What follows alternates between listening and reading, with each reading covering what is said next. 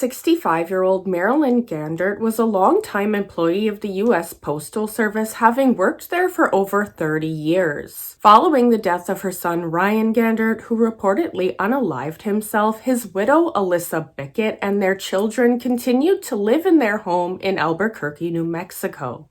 The property had been owned by Marilyn, who grew tired of Alissa and her roommate Annie Riel not paying rent. Alissa also claims that Marilyn blamed her for her son's death. Marilyn eventually obtained a court order to have them legally evicted from the home. Due to the substance abuse inside the home and Alissa's 19-year-old son Drake's mental health issues, damage was also present inside the home. Drake Bickett had been charged at least 3 times with DV involving either his mother or his girlfriend Nikki Patterson. Nikki also lived at the residence, and Drake reportedly suffered with schizophrenia and abused methamphetamine. On January the 28th, Marilyn's brother filed a missing persons report when he had not seen or heard from her in 2 days. Marilyn and her brother communicated every day, and both he and her best friend told police that it was not like her to not respond to calls and text messages. Marilyn also had 2 dogs that had not been attended to. Police made their way over to Marilyn's residence to perform a welfare check. They noticed her back patio door partially open and both dogs were barking, but there was no sign of Marilyn anywhere at the residence. They headed over to the rental property where Alissa Bickett had been evicted and were shocked to find her and her roommate Annie at the residence. According to Marilyn's best friend, she had changed the locks and they were not supposed to be on the property. But Alissa claimed that Marilyn told her to take her time moving out. With nothing to go off of yet, police left the residence. But everything changed when Marilyn's charred remains were discovered in a remote area of Sandoval County. Investigators returned to the rental home where they again found Alissa at the residence claiming to be getting her stuff. But police had a warrant to search the home and banned her from re-entering. They would find evidence of a struggle inside the home, including blood splatter on the walls. A silver pickup truck was also found parked at the home.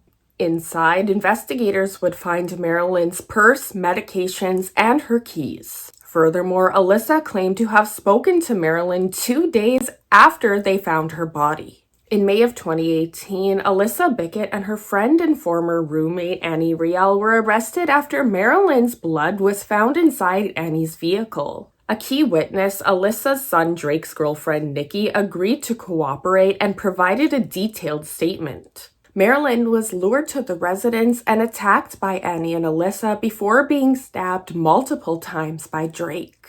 All 3 suspects had been smoking methamphetamine prior to the brutal attack. How disgusting, a mother using with her son who has schizophrenia, They then wrapped Marilyn's body in a sheet, placed her in the bed of the silver pickup, and covered her body with a mattress. They then drove to the remote area in Sandoval County, poured gasoline onto Marilyn's body, and set it on fire. Nikki claimed that she was forced by Alissa at gunpoint to assist in transporting the body. Investigators also arrested Drake and charged him with murder.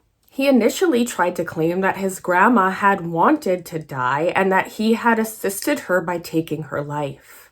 But Annie would contradict his version of events when she admitted to what really happened. Alissa Bickett initially refused to cooperate like the scumbag that she is, but ended up pleading guilty to second-degree murder and was sentenced to 30 years in prison.